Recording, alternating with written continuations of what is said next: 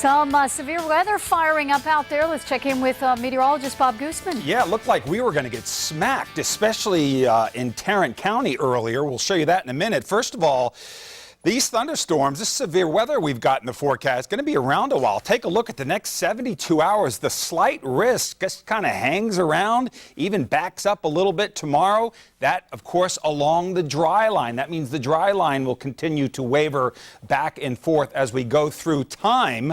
And as far as radar right now, interesting.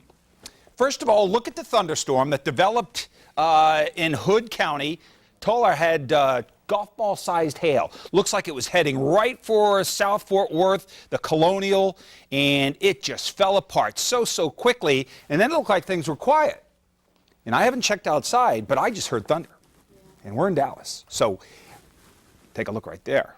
Just to the east of Dallas. Got a little thunder shower trying to develop right now, but the main activity continues to be to the south and southwest from Hamilton County into Coryell County. The tornado warnings have been dropped, but there was a tornado on the ground, did damage in Avant back to the west. Gatesville right now getting hit pretty hard, and there is still another thunderstorm developing. It does look like most of the action tonight is going to be to our south and to our east and southeast, but we do have that thunderstorm right now that's developing on the east side. There it is, right there on the east side of downtown Dallas. Notice the severe thunderstorm watch box.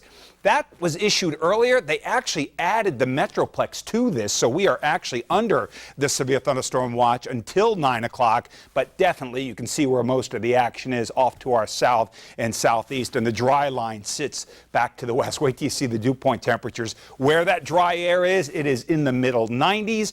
Our dew point is 74. Dew point in Abilene is 28. So that boundary is going to be the focal point for the thunderstorms, and we'll show you that forecast. 85, the current temperature.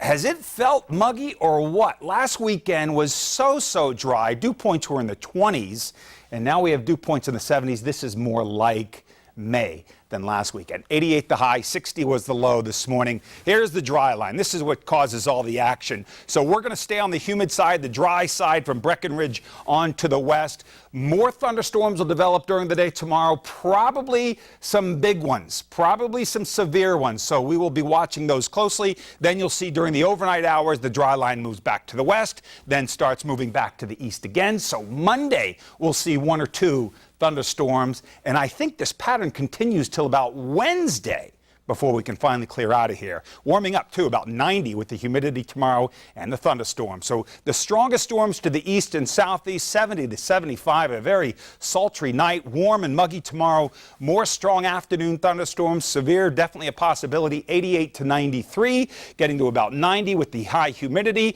Then as we head through time, notice the next several days we do have the chance of thunderstorms, and finally we clear out and get drier late next week. Looks like a nice ending to the week. Becky